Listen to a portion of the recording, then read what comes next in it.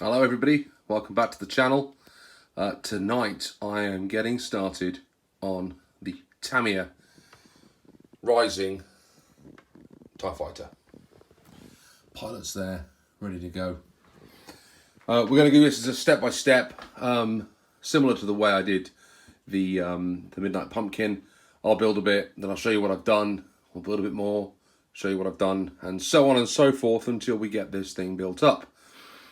I'm thinking probably 2 parts. It might go over 3 if I do the body and the decals and show you guys what I'm doing there. But we'll just take it one step at a time and see how far we get. Okay, let's get stuck into step number 1. So here we go. Step number 1, charge the battery. Got plenty of those over there, so we're ready to go on that. Now what I've noticed here, unlike the Riris from Tamiya, this is bag A and it covers me from steps 1 to 9. I think we're ready to start looking at step 2, which is going to be setting up the servo, getting the servo saver on and getting everything connected up to the transmitter. So I'll go ahead and start working on that and I'll let you know how I get on. Okay, we've got bag part A out into a couple of tins and in the tub. These are magnetic bowls, so we don't run the risk of losing any of the parts in there. We've got the receiver all paired up to the transmitter, battery, the hobby wings in there all set up ready to go, and I've managed to get the on-off switch paired up on the side. And now we're going to attach the dreaded servo horn onto there. Right, wish me luck. Servo saver going on next. Well, that was a fun 10 minutes. For some reason, I could not find that 10mm screw.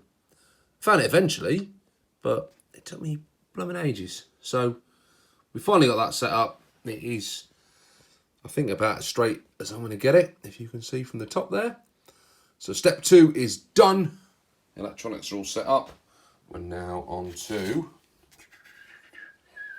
step number 3. Servo arms, servo mounts. So we're going to put the mounts on first, and then we're going to put these big servo arms on next.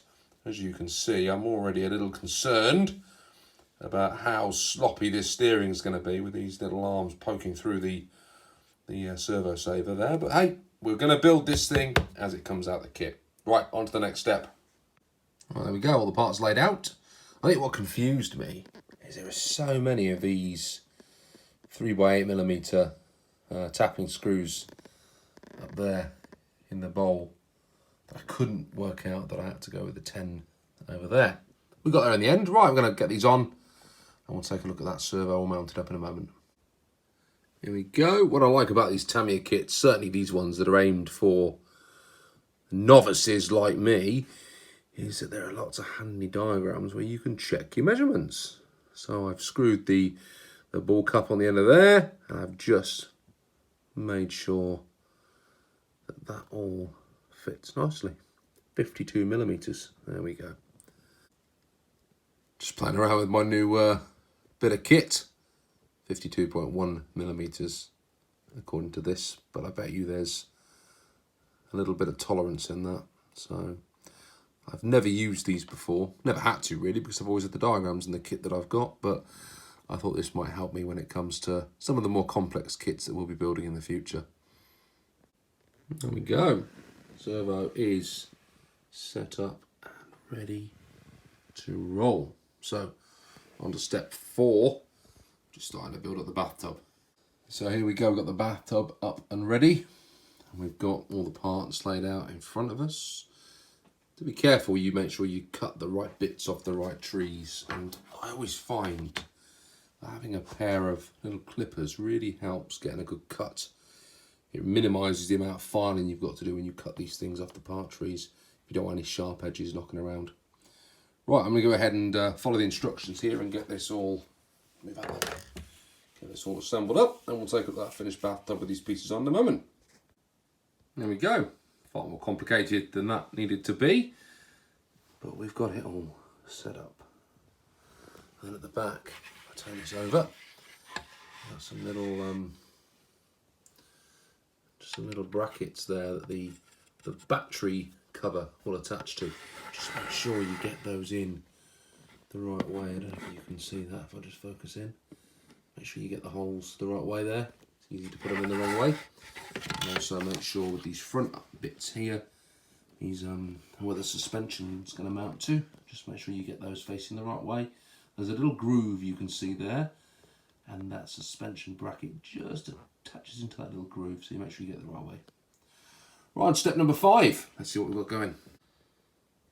Okay, on to step 5. Now, mounting all the electronics into the chassis. Now that seems really early on in the build to be doing that, but I guess because it's an entry-level build, they want to get all that stuff in pretty quickly. So I'm going to go ahead and take a look at how I'm going to do this. I'm not sure I'm going to mount the ESC down the side like that, but we'll see how it all fits in and we'll go from there. So I decided to install the ESC down the side in the end because I needed to leave room for the pilot on the top deck. So I have put it down the side, sorted out the wires a little bit, made them quite neat, installed the servo. So we're now, let's slide this out of the way, step 6, which is going to be assembling up, I think, the front arms. So let's get on with that next. Fiddliest bit of the build so far has been getting the ball connector onto the upright. And the Tamiya tool supplied is a handy solution, so I recommend you use it.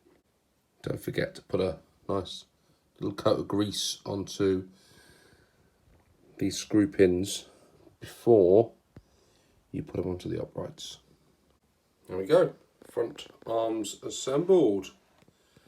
Now on to step 7, which is bumper and arms fitting. Nice and simple for this one.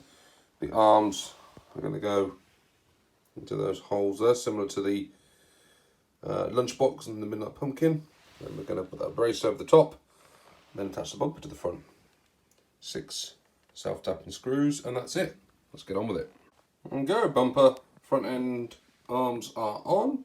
I haven't attached the servo up to the uprights yet because I'm going to build step 8, which is up here. Move all that out of the way.